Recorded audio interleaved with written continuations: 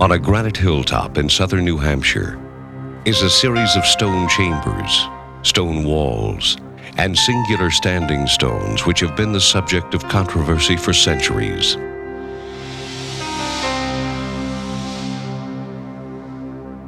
Once called Mystery Hill, these stone puzzles have been hewn out of solid rock by both prehistoric and historic peoples who have lived in the Salem, New Hampshire area for at least 4,000 years.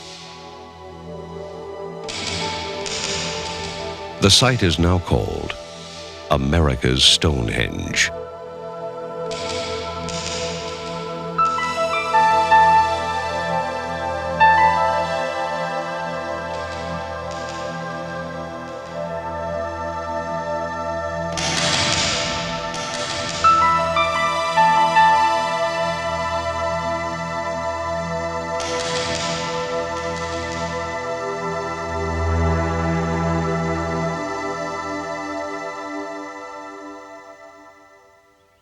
As natural processes have reclaimed the once barren hilltop in successions of trees, plants, and a diversity of wildlife, so too have generations of people utilized the stones themselves. The purpose remains a mystery to this day. Where did these stones come from? To better understand the human mysteries of the site, we should first take a look at the natural processes which took place long before people came to southern New Hampshire.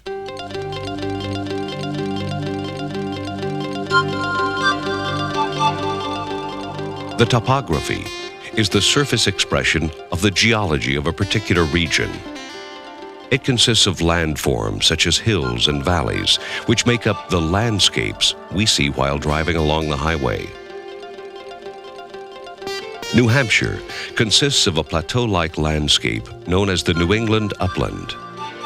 This region gradually rises inland from the Atlantic Ocean to the peaks of the White Mountains. The last ice age began nearly 2 million years ago in North America and ended 6,000 years ago.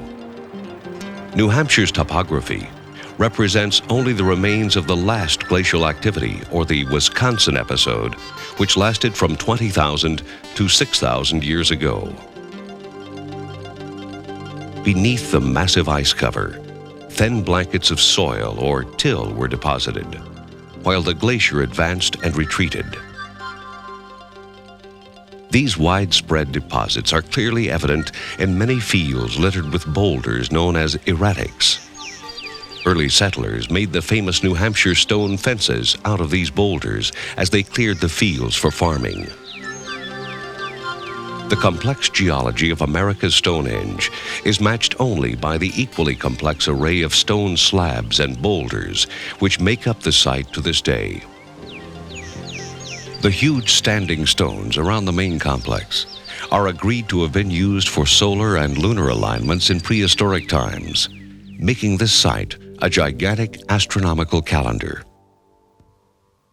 But the agreement ends there, as theories on who these prehistoric alignments owe their origin to remain a subject of considerable debate today.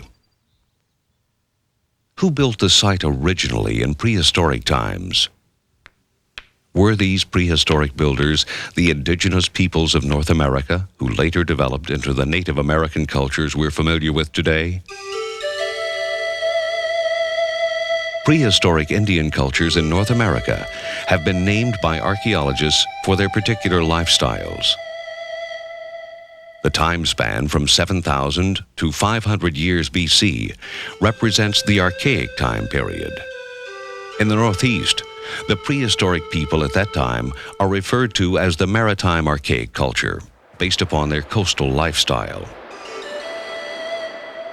The oldest radiocarbon or carbon-14 date to be found so far has pushed the age of the site back to 4,000 years ago, well within the Archaic time frame. What was the climate like, and was it suitable for human occupation of the site at that time? The landscapes of New Hampshire and northern New England changed greatly between 14,000 and 9,000 years ago. the glaciers melted and retreated, sea levels and shorelines shifted, and a vegetational transition from tundra to closed forest took place. Between 9,000 and 5,000 years ago, a rise in the annual temperature brought about ideal climate conditions for the spread of many tree species. This contributed to the arrival of prehistoric peoples to the area. The Indian Cliff is an early to middle woodland Indian shelter. The archaic culture preceded the woodland period, which lasted from about 500 BC to 1000 AD. These earlier people had possibly used the hilltop site for several thousand years prior to the cliff shelter occupation. The relationship between the woodland period and the vast complex of stone chambers on top of the hill is unknown. If not the Native Americans, then perhaps these prehistoric builders and astronomers were seagoing adventurers from Europe who have come to be known as the megalith builders and responsible for such mysterious prehistoric monuments as Stonehenge on the Salisbury Plain in England. See the thickness. Robert Stone has been owner, manager, and researcher of America's Stonehenge since 1957, with the site first opening to the public a year later. America's Stonehenge is not the only site in New England. In fact, if you go back to all of our research, we have found about 300 to 350 chambers, dolmens, cairns, megalithic work all over New England, New York State, some as far as Pennsylvania, and some in Canada. We have found, though, some inscribed slabs and stones that we have in storage that have inscriptions on them, and Dr. Barry Fell, he's an epigrapher, translates some of them to be Celtic, Iberian Celtic script, and another one I think is Phoenician. Ogham is a script found in inscriptions in Ireland and Britain dating from the 5th to the 7th centuries AD. Tally marks, either straight or diagonal, are used to designate letters of a 20-letter alphabet. These Ogham inscriptions are not to be confused with the hieroglyphics, which literally translated mean sacred carvings, such as those found in ancient Egypt. Part of the puzzles is who then came along and for what purpose utilized the boulder-strewn hilltop in historic times.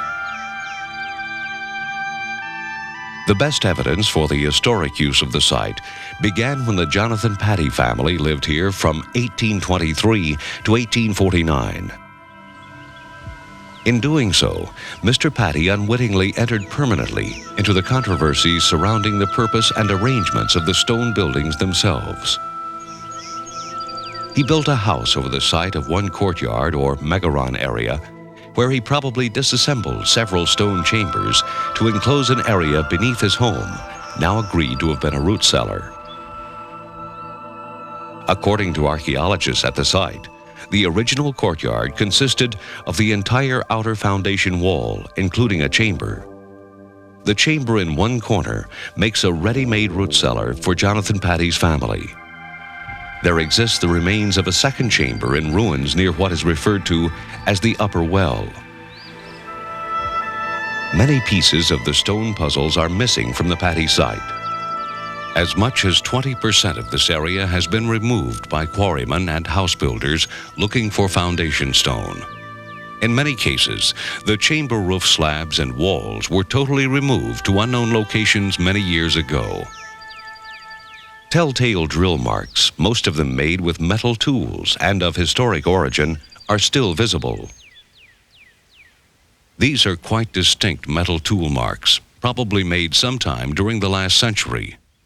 The upper marks were made with steel drills and are prominently featured at the main site. The V-shaped marks are of modern origin, from tools used in the 17 and early 1800s, prior to common usage of the steel drill. These marks can be found in cemeteries and historic buildings.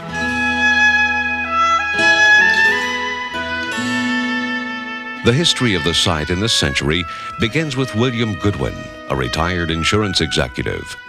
He visited it for the first time in 1936 and purchased it shortly thereafter. 40% of the main site, as seen today, was restored by William Goodwin's crew, who also put up the metal fence in 1937 and which still surrounds the main site today. Walls, such as the one located to the east and north of the east-west chamber, consisted of horizontally used stones with end-filling typical of the European style. This portion of the wall has fallen several times in the past. Restoration projects, such as those conducted from 1978 through 1980, ensured stability and prevented further damage. It has been estimated that approximately half of the Goodwin restorations are accurate as to the placement and reconstruction of the walls. Did William Goodwin destroy the site in the 1930s in his quest for answers to these puzzles? Or did he actually enable the site to be preserved through his field research and excavation? This is the east-west chambers. There's 3 of them in all. This is the only ones at the site, other than one arm of the oracle chamber, that is true east-west. All the others are all north-south lineups. The main complex at America's Stonehenge has many walled enclosures and irregularly placed stone chambers. Some of these walls have been restored by various researchers over the years. The top section of this wall is believed to have been reconstructed in the 1940s by William Goodwin. The lower section of the wall differs in its construction technique. When Goodwin got here, he rebuilt the top portions of it. I don't really know how much, but we think he rebuilt from about this level up. Again, to back up Goodwin, he moved stuff out of here, but you can't condemn the man, because if it hadn't been for Goodwin, he's the first one to do any research on this site, and he's the one that brought it to the attention of some of the universities. Even though he fought with them all the time, he still got some attention on it. And it's a good thing he did, because this would be somebody's doorstep now, or it'd be a condo sitting on top of this area. Much of the site has been altered by past utilization and plundering of the stones. However, the degree and extent is largely unknown. We opened the site in 1958. And the following year, the Saturday Evening Post came out with a full feature story about our site. And they did some real good research for that story. They even went to the state and they talked with engineers up there. They also interviewed all of the elderly people that lived around here that knew anything about the site. Many persons said they saw cartload after cartload after cartload of rock being taken down the old back road during following Patty's death. It's been estimated that 40 to 60% of the site is now missing. After Goodwin's death in 1950, excavations began for the first time. The results of those excavations, though unpublished, became the most widely circulated for their time. Many professionals continue to be involved in the study of these mysterious ruins. The study of the soil layers, or strata, is known as stratigraphy, used by geologists and field archaeologists to determine the relative age and proper relationships of these layers within the excavations. The youngest layers were deposited at the top of the soil profile. The oldest materials were deposited first and are therefore at the bottom of the excavation. These careful studies are crucial in interpreting when certain materials, such as stones, were deposited by natural processes or left in the archaeological record by human activities. The archaic people of North America used a lithic technology, which quite simply means that they worked with stone, making tools and weapons such as hand axes and spear points. These are usually preserved in the archaeological record because they do not break down in the soil. Often, the field archaeologist must sift through natural debris such as soil and loose rocks and be able to distinguish them from the man-made pieces of the puzzle called artifacts. However, at America's Stonehenge, the artifacts can also be as large as roof slabs and the large stones of the chambers beneath them. Often, existing glacial boulders or erratics were utilized to form a recessed chamber such as the watch house. Named for its location outside the main site, this chamber could also have been used for shelter or storage. Known as the pulpit, this is a modified semicircular stone structure. It has been suggested that it was used during the 1800s by quarrymen as a platform to load wagons with slabs. William Goodwin's interpretation of the structure as a pulpit best described to fit a theory that Irish monks once used it to preach to the natives in the area. Controversial in its date of origin as well as usage, it has also been suggested that the pulpit was built in 1939 by Goodwin's crew. Throughout the main complex of America's Stonehenge, there are stone chambers which resemble the mysterious ancient monuments of Europe. Dennis Stone is general manager and interpreter for the site. This is called the V-hut, and it's named that because of its shape. If you look straight down on it with the roof removed, it would look like a V. And the chamber is orientated towards the southwest. It's the only chamber on the site in that orientation. It's in its original, pretty much in its original condition. I have seen structures similar to this in Ireland. They're called wedge tombs. They're quite similar to the structure in the way they're orientated. The ones over there are all facing the southwest. And I believe the date on some of these wedge tombs go back about between 4,000 and 5,000 years in Ireland. The most mysterious stone puzzle exists near the center of the main complex. It is called the Oracle Chamber.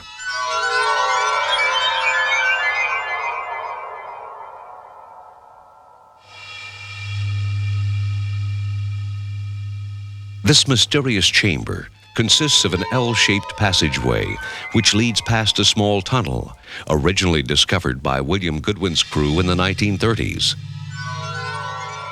This tunnel is referred to as the speaking tube and is what gives the chamber its name. We're inside the Oracle Chamber, and inside this chamber there's a large tube that leads out through 5 feet of wall, and that comes out underneath the sacrificial table. Now, if you speak through this, it sounds, if you're on the ramp opposite the table, it sounds like the table is actually talking to you. This huge stone is referred to as the sacrificial table. It weighs around 4½ tons and is supported by 4 stone legs. The rear portion of the table connects to the oracle chamber in the background. What did they sacrifice? We don't know. It's big enough for a human being. But if it was animal, and it could have been, we're not sure. But over in back of me, there's this little chambers like, and we often thought that maybe that area they had as holding pens for animals. And maybe when they had the sacrifice, when the god of the underworld announces, they bring the animal out and put them on here and tie them down or whatever, and there's your sacrifice. Below the speaking tube in the oracle chamber is a niche known as the secret bed. A person could crawl into the niche and be completely hidden from view, observing all activity through the small opening near the floor. Another part of the puzzle inside the oracle chamber is an opening in the roof of the chamber. At one time, it contained 2 stone louvers that could open and close. A large slab that moved on stone tracks could be used to close the opening. It may have been used as a chimney, but no charcoal evidence has been found to support this. Or it may have been a skylight to view the ancient heavens with the same fascination we now have while looking at the stars from the windows of our own imaginations today. The largest manipulated boulder on the site is contained within the L-shaped passage.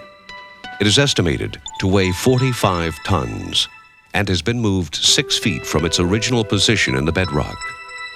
It forms a seat opposite of which is a niche known as the closet, whose purpose is equally unknown. What ancient rituals were played out here in this mysterious chamber, and at what distant point in time?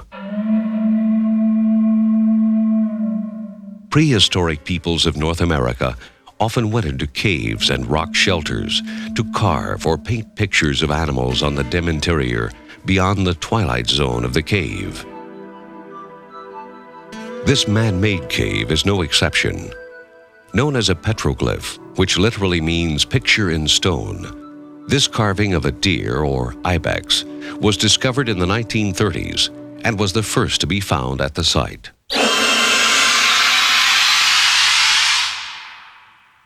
The oracle chamber largely remains intact today, a monument to its mysterious origin and purpose. In the search for clues to the history of the quarrying and building activities at America's Stonehenge, we must also begin around 4,000 years ago. David Stewart Smith is Director of Restoration at America's Stonehenge and is also a stonemason. This is the quarry site that we're out at, and this particular stone became the subject of an excavation in 1982. What we've got is a stone in situ in its quarry that has been prepared with sculpting and quarrying, presumably to go on to the main site. Several of the main features of this stone are the edge of the stone has been propped up and this stone has been placed underneath it. That would indicate that the fulcrum and lever had been used here in terms of getting the edge of the stone up. There's a large seam in the back where you can see the bedrock exposed. This seam, as you can see, matches the back edge of the stone, and there are no drill marks noticeable on this seam. The base has been cut. We have a large lump of the bottom of the stone here. This base has been cut, this stone removed from the base and then turned over. The first large conchoidal fracture would have been taken off here with a large throwing, what I call a throwing hammer, about a 50 or 60 pound stone. The mason would stand at the back and throw it onto this lip of the stone here. There is no evidence of metal tooling on the stone, and it is consistent with lithic technology, if you will. It's basically been shaped in the same way as if it were a 1.5 ton arrowhead. This, to my mind, indicated that there had not been any European influence in the construction of the site, or certainly in the quarrying and shaping of this stone, going back to the Bronze Age. It is consistent with American Indian technology of the time. In the main complex of the site is evidence of the geologic processes which have affected the bedrock since prehistoric times.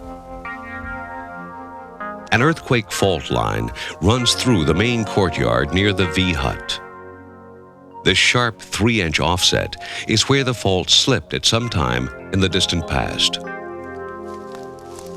The prehistoric quarrymen utilized the remarkable flat surface of this fault line and other natural features to obtain the huge slabs for the building of the many chambers, and perhaps for the standing astronomical stones as well. The stone puzzles continue into the woodland areas surrounding the perimeter of the main site.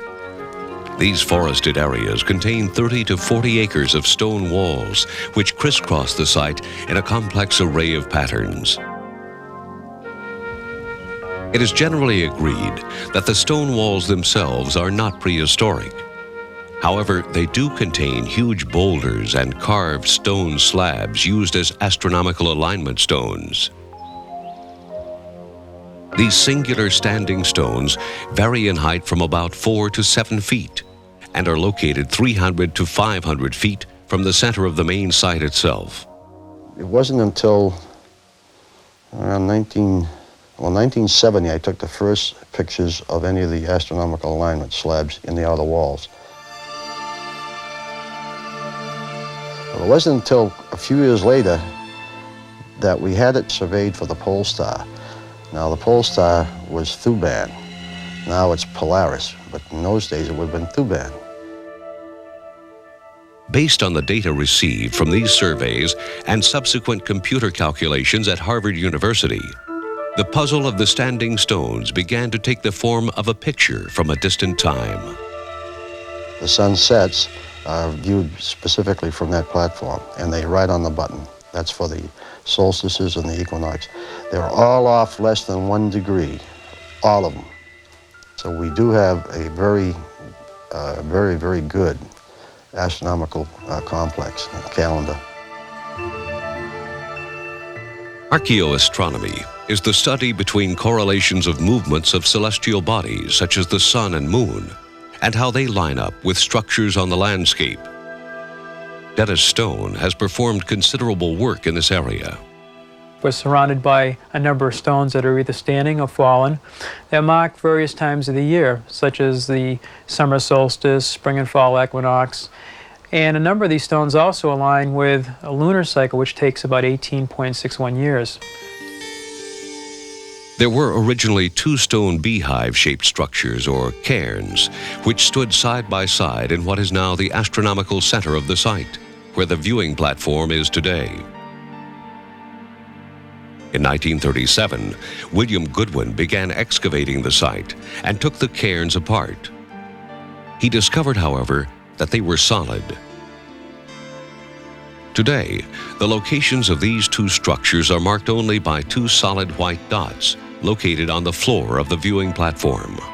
All the alignments come together not at 1 point, but 2 points. Some of the alignments come through what we call the north stone cairn, and some of the alignments come through the south cairn. We think they did this because they took advantage of certain notches in the far distant horizon, or horizon feature as referred to them, to set up these stones.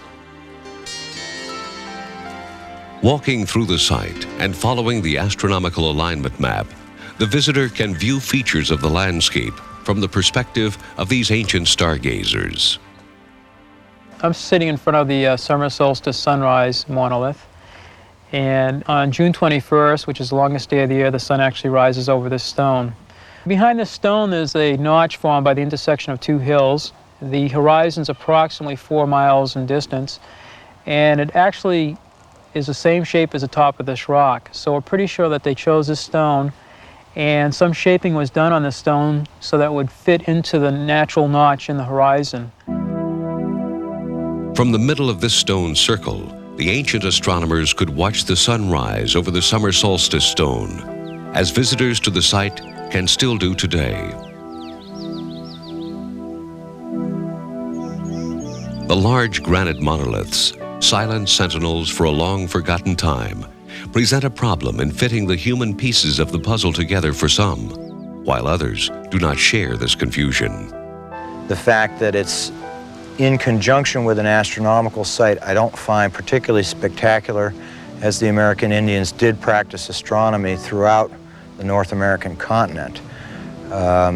So the 2 together indicate that we have an American indigenous astronomical site, at least in my mind. This ancient culture were not dummies, they were very sharp people. Now, it's again, some people lean towards the Indians, I do not. And I do not because of the lack of artifacts.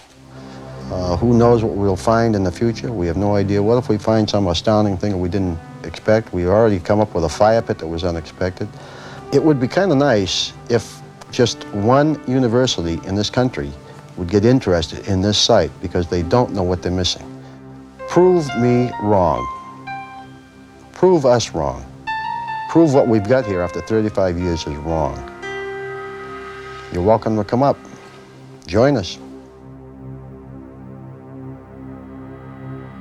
The visitor to America's Stonehenge can be inspired to come up with his or her own theory as to who these people were who visited the site so long ago, and why the site has been the subject of such activity and speculation since then. But on a granite hilltop in Salem, New Hampshire, the answers to such questions may forever be hidden within the puzzles in stone.